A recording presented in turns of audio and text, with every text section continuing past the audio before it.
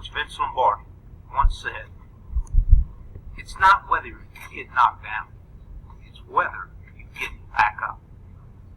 Good afternoon. I want to welcome each of you to the KC Hall of the Knights of Columbus, Council 2305 in West Common, Texas. I want to again pass along our deepest sympathies to the families and friends of those first responders and citizens who lost their lives in the West Fertilizer plant explosion. One thing is for sure, no words that come from this podium today will fill the void left in their hearts and in their souls. Our thoughts and prayers are with them and with the hundreds of other innocent victims that were physically and emotionally impacted from the events of April 17, 2013 and its aftermath. With that said, I will now turn over the podium to Special Agent in Charge Rob Elder, who will discuss the findings with respect to the origin and cause of the fire at the West Fertilizer plant on April 17, 2013.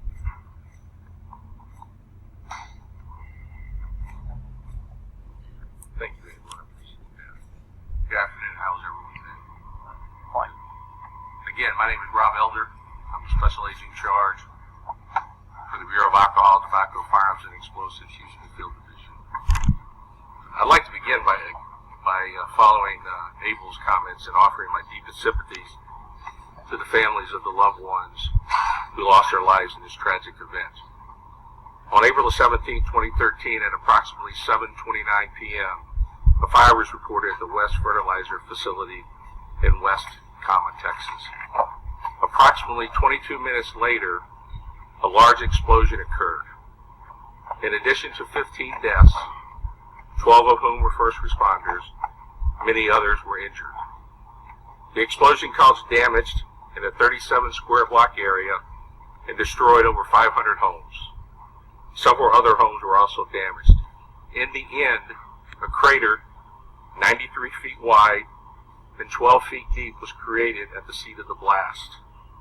Items of evidence were recovered as far away as 2.5 miles. This is one of ATF's largest fire investigations in terms of not only the money spent, but also the scope as well as the man-hours spent on the investigation. We are here today to announce the final ruling as to the cause of the fire. The fire has been ruled as incendiary. This means this fire was a criminal act. We have come to this conclusion through over 400 interviews, a systematic fire scene examination, considering witness observations, viewing both witness photographs and video, as well as extensive scientific testing at the ATF Fire Research Laboratory located in Maryland. All reasonable, accidental, and natural fire scenarios were hypothesized, considered, tested, and eliminated as being fire causes. The only hypothesis that could not be eliminated and was confirmed by extensive testing at the ATF Fire Research Laboratory is incendiary. You were each given a press packet when you came in today. There is detailed information in there regarding ATF's Certified Fire Investigator program and the capabilities of ATF's Fire Research Laboratory. We have never stopped investigating this fire. It is our highest priority to see that the victims of this tragedy are provided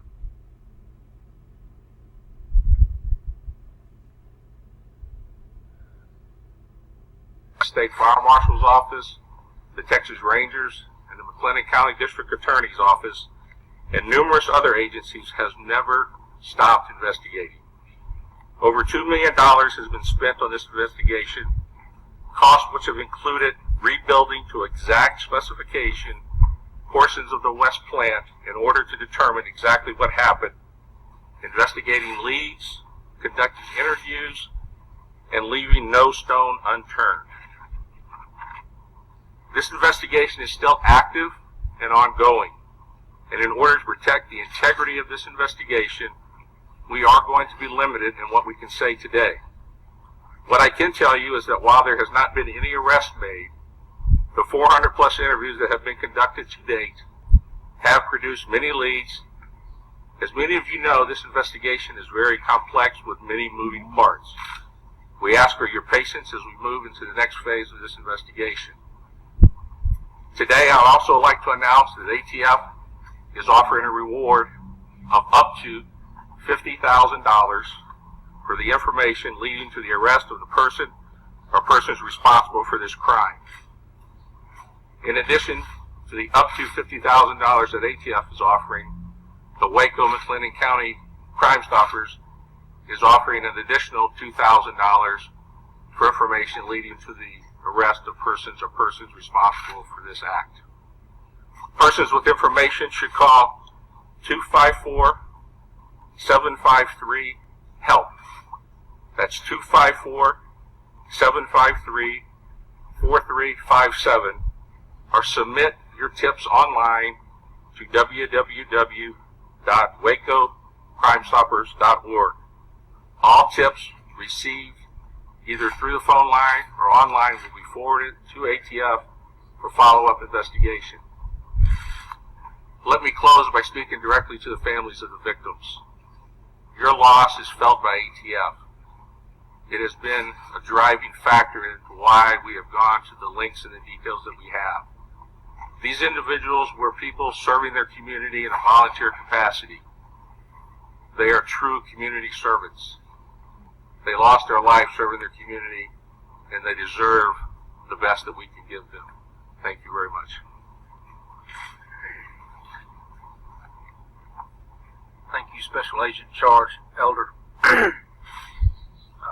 Let me echo the comments to the family and to the friends again, and know that every agency represented on this stage, and some of which are not present on this stage, have been fueled and motivated by your loss.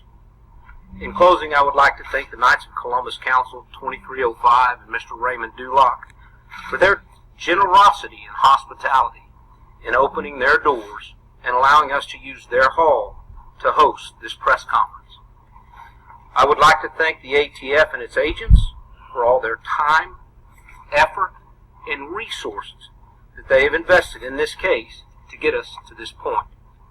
I would also like to thank the State Fire Marshal's Office and all of the other supporting agencies that assisted and continue to assist in this ongoing investigation. West is a strong community. West is a proud community. A community rich with tradition and traditional values. As West stands mostly rebuilt today, a word comes to mind that describes the journey over the last 3 years. Perseverance. Steadfastness in doing something despite difficulty or delay in achieving success. In other words, the community of West was not down. And while physical and emotional scars may exist, the community of West has gotten back up. Thank you for being here today. We will now entertain questions. Yes, sir. LD Phillips, KRLD Radio, Dallas. I want to make sure I understand. I do have a follow-up. I want to make sure I understand. You're calling this criminal because of lack of other things, everything else ruled out, or is there something that is driving you towards being criminal? No, we have eliminated all reasonable accidental and natural causes. That includes smoking, spontaneous ignition, product storage, electrical, golf cart, and many others. In addition, we have conclusively proved where the fire originated, which has been determined to feed seed building. Even then, will murder charges follow, or is there some other charge you're looking at? I think it's too early to speculate at this point until we make an arrest and we present a full and complete prosecution package to the appropriate prosecuting body. Yes, sir. I think it's Scott Casey, and he seems to lead to Austin. What part, if any, did the storage manner of the material play in the devastation that was caused? And can you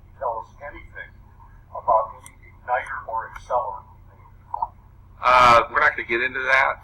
Again, our investigation focused on the origin and cause of the fire. So in terms of the product source and everything, that's really outside of the scope of what we looked at. Yes, sir. So Alvarado with Law Enforcement. Why was the fire set and was the fire intended to cause the explosion? Well, why the fire was set, I don't know. Hopefully when we arrest the person or persons responsible, they'll tell us. And, I can't say what their intent was. Can you say how the fire led to the explosion? We really don't want to get into that. I think that's part of the investigation we don't want to discuss at this point. Yes, ma'am. Florence College for Chile is now forward. They don't need to arrest. We talked all about possible suspect or suspect at this point. We need after the life plan. I think we're on the right path. I think we're headed in the right direction. That's why we're coming today to announce our ruling, and that's why we're asking for the public's help to help us to get across that finish line. How crucial are those today? Oh, I think they're very crucial. Yes, sir.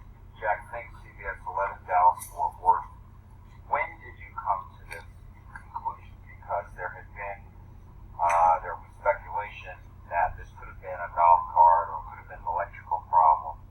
So when did the agency specifically come to the determination that this was incendiary?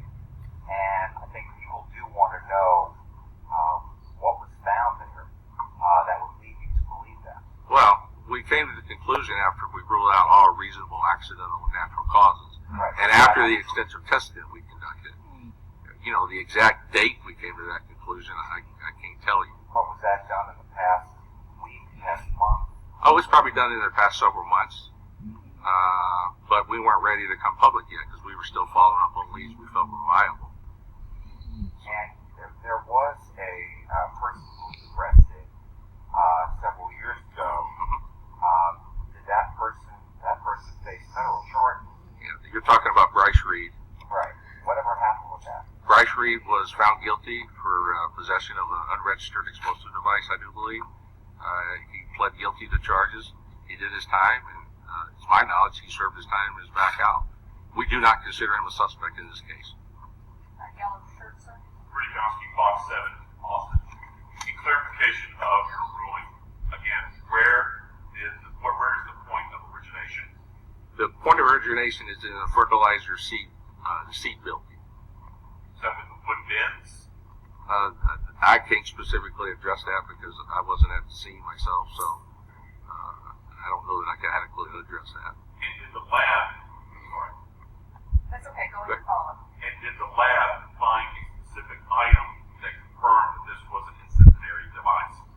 I think that's too specific that we don't want to get into that.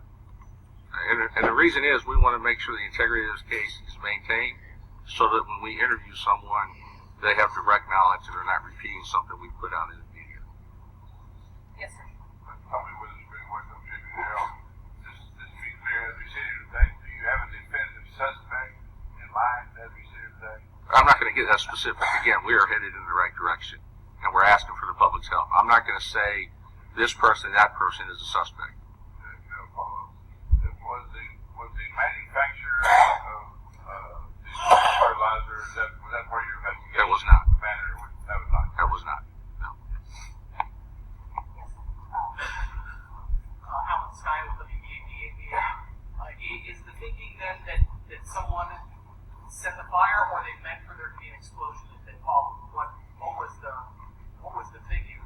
We don't know what they were thinking because we haven't talked to them. So again, I think we're getting into some specifics of the case that we really don't want to reveal at this point.